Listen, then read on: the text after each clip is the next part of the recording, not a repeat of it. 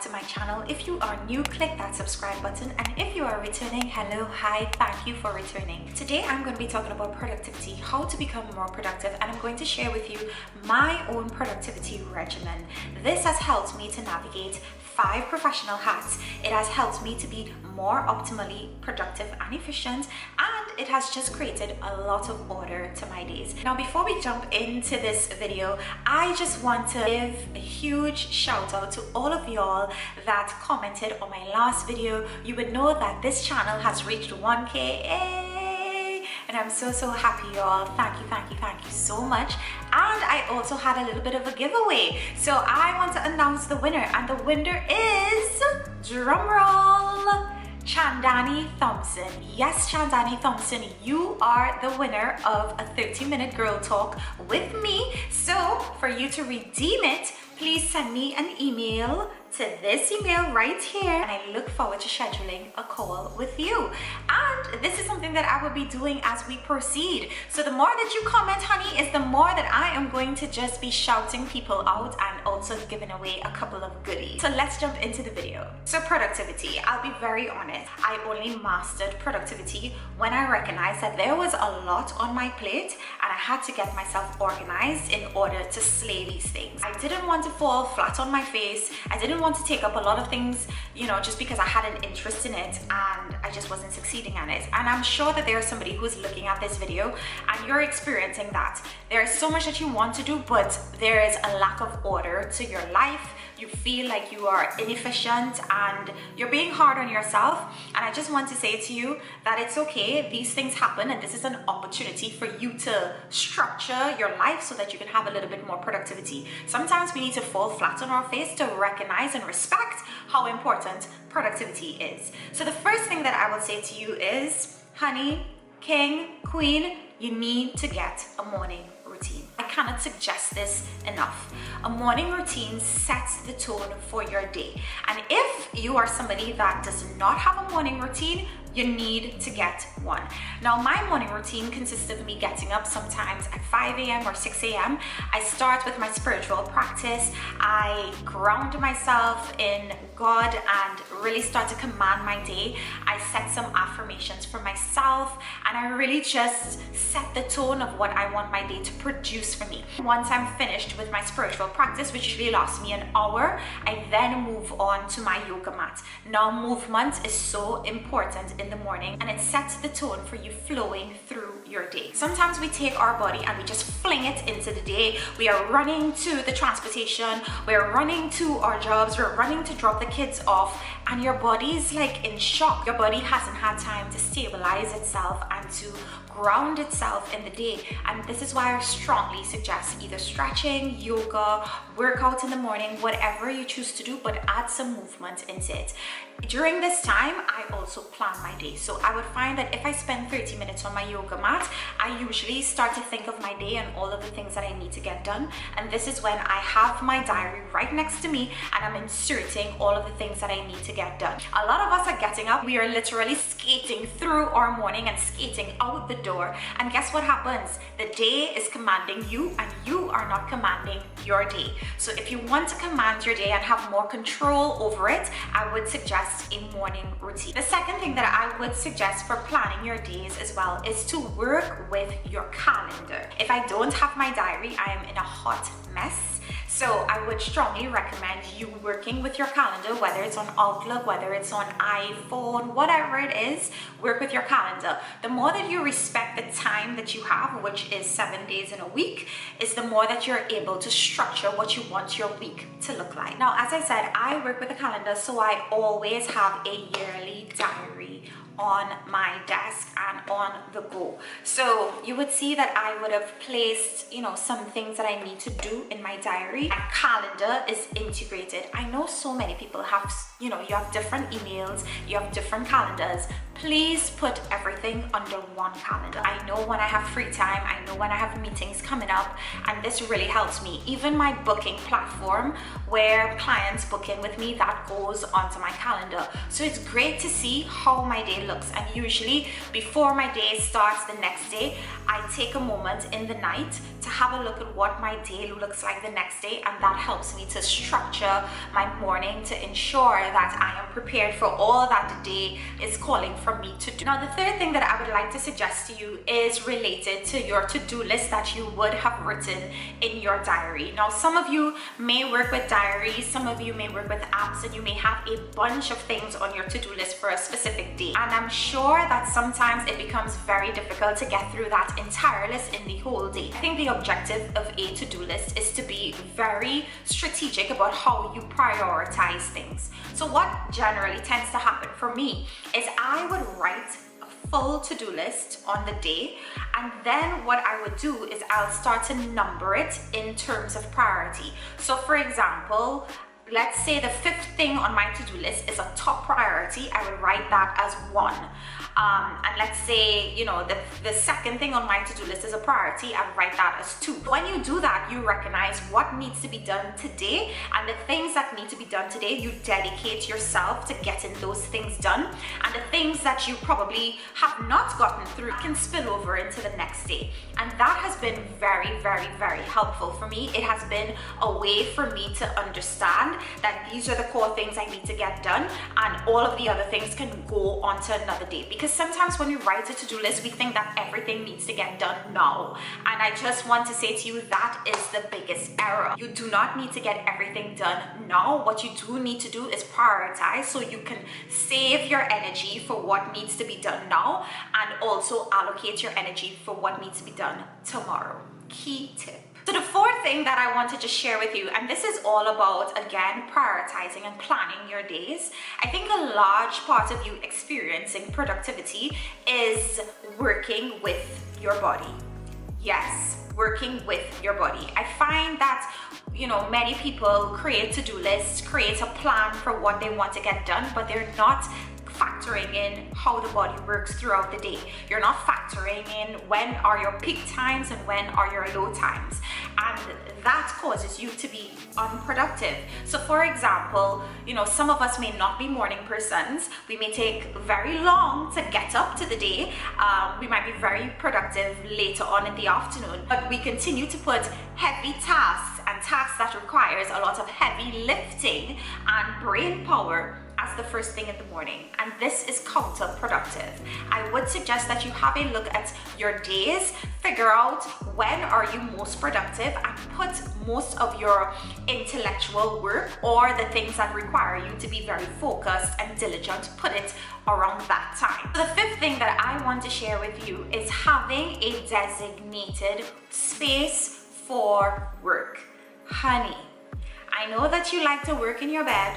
I know that you probably like to work in the living room. I know that you're just working about anywhere that you can probably possibly get some productivity in, because a lot of us are working from home. But having a space that is designated for work where you can plug in and plug out is so important. So for me, setting the vibrations means that I ensure that it is a space that is clean, it is a space that is inviting, it is a space where I can stay long in and not be always getting up and being distracted. So a couple of ways that I stay grounded in my space is I have some candles, and this one I got from Currency Candle Company. It's an amazing company in LA. They do some luxury soy candles. I absolutely love it. I also ensure that my desk as well as my chair is white. When I was doing my PhD, the colors were black, and you know, in order to raise the vibration, now that I'm post PhD and now that I'm an entrepreneur full time, I think it's really important to create a vibration that really encourages you to do work, and I find that the white really helps me with clarity and just with clearer. Also ensuring that you have a light or a lamp that supplements your lighting, and you want a really comfortable chair. I think a lot of us move around in our workspace because our chair is just not comfortable. Like, your back is breaking, honey. your back is crying because you want some cheap chair, right? So I would say invest in a chair. Trust me, take this from me. You know, sis used to suffer from sciatica pain, and no more of that. Sorry about that. No more of that, because you know, I have just decided to invest in myself and invest in a really good chair. And another thing as well too is you will see that next to my seating I have natural light. Our living room, you know, is glass, so that really helps to set the tone and ensure that I am energized. And please don't have a dirty desk, all right? Keep it clean, keep it simple, and just keep it energized. And before you come to your desk, charge up your desk. So I usually play my beloved's album, Londrell, which raises the vibration of my space while I'm getting ready to come to the space. I light a candle as well, working with the element of fire and scent, and really just making sure that it's an inviting space. And oh, some of you all might say, well, Shelly, why is your workspace in your living room? And here is what I'll say. Because I have spent so much time with my PhD, I am not one of those that wants to go back into this very kind of rigid lifestyle of work. Honey, I've been there. What I really seek is a balance where my career is balanced with my life. So I feel like if I have a room that is just for my office, I know how I am and I will spend all my days in there. So having my office out in the living room really helps me to turn off, really helps me to know when it's time to unplug, because I am sharing the space. This is how I balance my masculine and feminine, and it has really helped. So for somebody who might be struggling with that, you might probably want to think of putting your workspace in a common space as well too, because sometimes it can help. Again, not a common space where there's a lot of foot traffic, because you're just going to be distracted, but it's just my beloved and I. He has his own office, he rarely comes out here. So for me, this works. The other thing that I would like to suggest to you to increase your productivity is complementing your workspace with stationery. So please have notebooks, please have stationery holders, have your highlighters, have your pens, and have your pencils. You don't also want to have all of your thoughts, ideas, and plans in one book. I don't agree with that, especially if it's for persons who wear multiple professional hats. Now, as I told you, I at one point wore 5 professional hats. I was a school governor, I was a PhD candidate, I was also lecturing, I was an entrepreneur and coach, and I also sat on the advisory council for a top university. So these are 5 hats with a lot of different demands. And what I did is I would separate my notes, my ideas, and my plans for each professional hat by having a notebook for each. And that really helped me in being clear and being focused about all of the things that I had responsibilities for. Some of us were writing on any piece of paper that we can find. You have an idea for your business, and then you have an idea for school, and you can't find it in the mix of papers on your desk. So you want to be ordered. A large part of your productivity is all related to your order. The 7th thing that I would like to share with you, which can really help with your productivity, is relevant podcasts. I would suggest listening to podcasts that are related to, you know, things that you're struggling with at the moment. So that could be your productivity, that could be how to ace your business and leverage your business further. It could be related to how to write a really good thesis, but just things that set the tone again for your day. So for example, with me, if I have clients that I need to focus on, and I know that I'm working with a client on their business, I tend to listen to business podcasts in the morning, because it really sets my mind in that business arena and gets me intellectually curious and thinking about how I can best serve my clients. Another thing is, if I am going to be kind of on social media a lot, I would listen to a podcast related to social media and how I can engage with my audience further. So really thinking about your day, the theme of your day, what is needed to charge up your day, and then using podcasts to supplement that. A couple of great podcasts that I love and highly recommend is HBR Ideacast, Within by Londrell, my beloved, Muji is excellent. He's one of my spiritual mentors that I really enjoy. Woman at Work is another HBR podcast that is really good.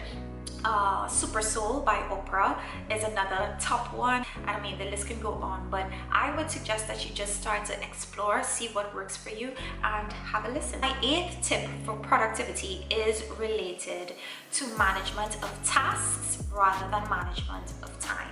And this is why I said to you earlier on that it is so important for you to work with your calendar. So many of us are walking around trying to manage time, and honey, you cannot manage time. Time is going to do as it must. Whether you ace your day or you don't ace your day, that clock is still ticking. It doesn't care whether you have achieved all that you need to achieve or not.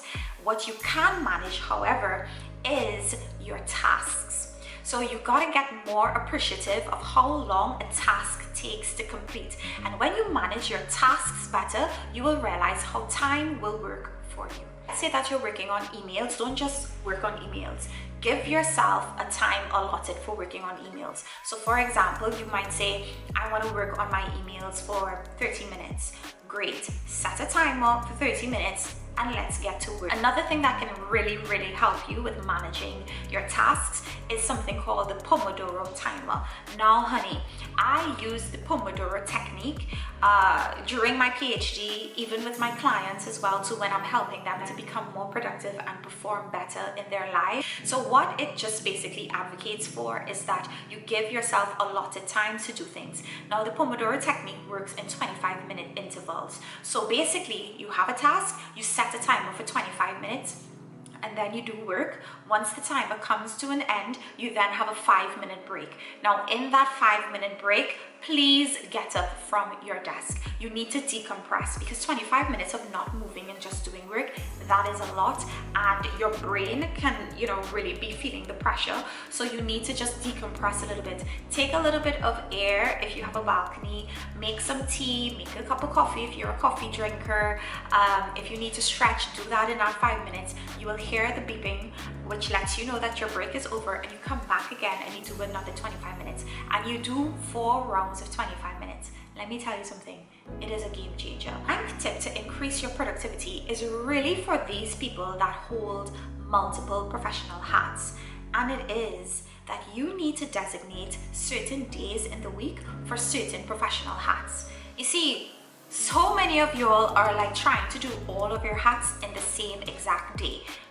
You're gonna end up in burnout, you're gonna be overwhelmed, you're gonna be frustrated, you're gonna be irritable, you're not gonna be sweet, you're just going to be a problem. And I would suggest, if you want to stay lovable, if you want to stay impactful, and you want to be effective, I please suggest that you designate certain days for your professional hats. Now, I'll give you an example. For me and my business, I used to do my sessions with clients only on Saturdays and Mondays. The rest of my days, I was doing my PhD, and on Sundays, I would rest. So I set boundaries for my professional hats, and I set boundaries for myself as well. And I just want to say to you, especially those that are trying to build a brand, honey, you are a brand, and your brand deserves working hours.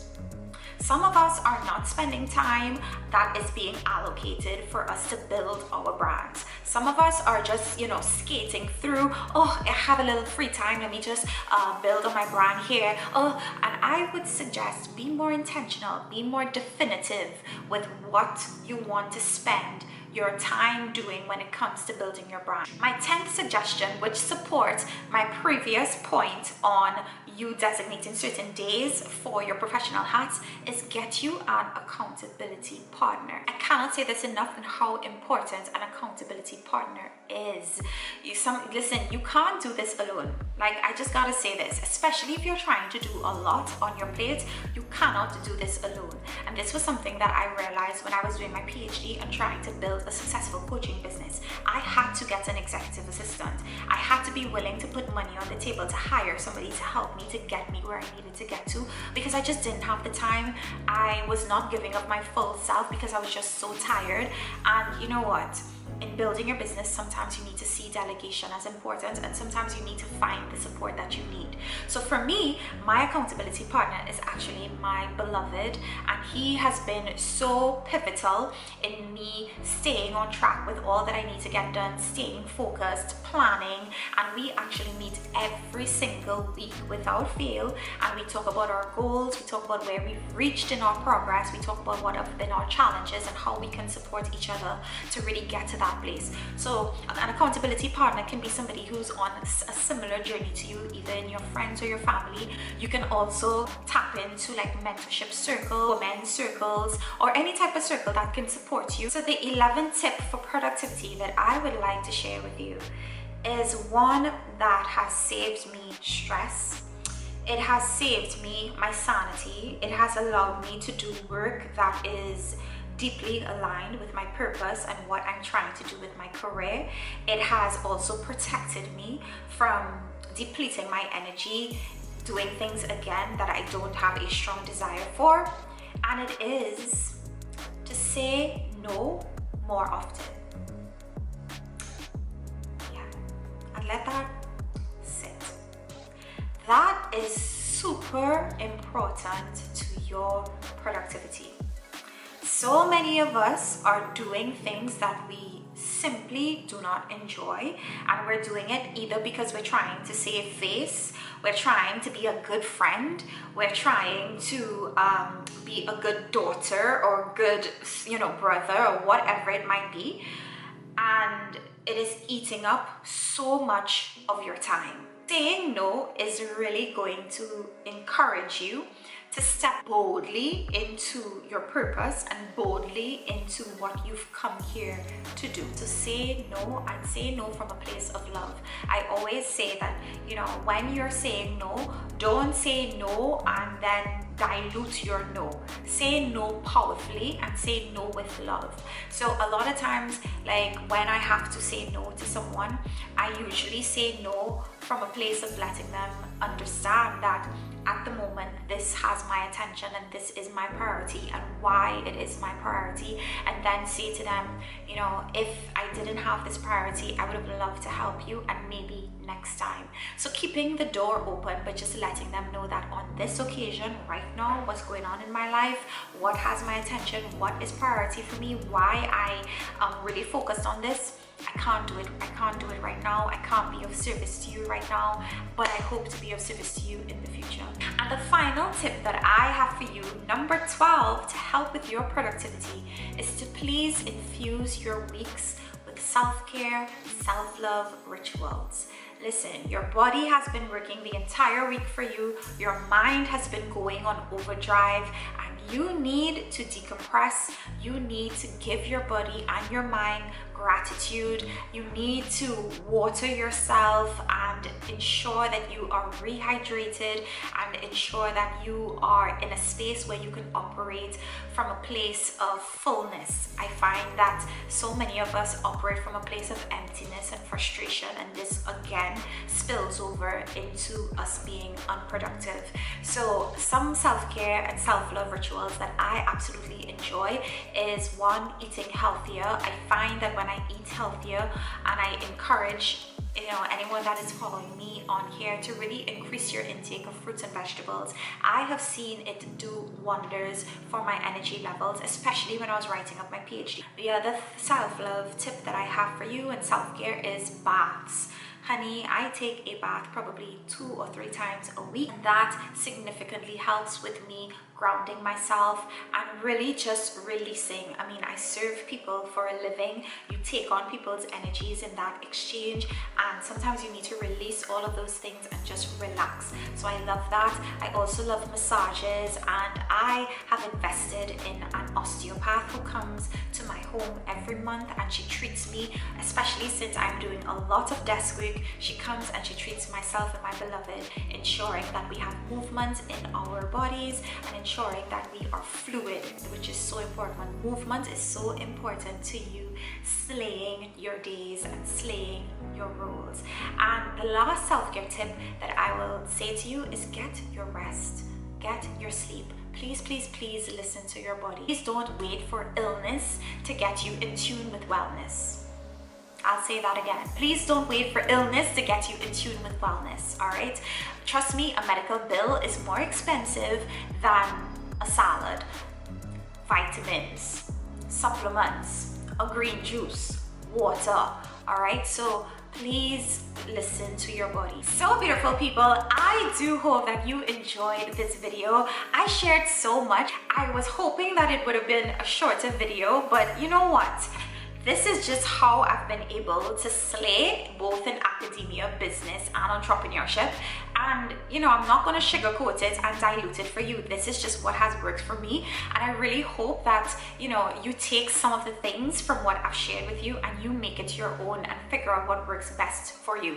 We are constantly a work in progress, but I just want to say to you, you can't do it alone. You need tips, tools, tricks, and people to support you on this productivity journey. And most importantly, you need a commitment to yourself. You deserve to operate in this world optimally. You deserve to be slaying your goals. You deserve to have that level of commitment to yourself to get you to that next level of you being in your purpose and performing at your highest self. You deserve it. You deserve abundance, but you need to be disciplined and you need to be committed. So this is just a reminder to you that you are worthy. You can do it. It takes time. Learn yourself, learn yourself, learn yourself, and ultimately you will master yourself. So until next time, beautiful people, you are light, you are love, you are destined for greatness. Yes, you. Thank you so much for watching this video, and I will see you in another video. Congratulations again to Chandani Thompson. Go bravely, everyone. Mwah. Bye.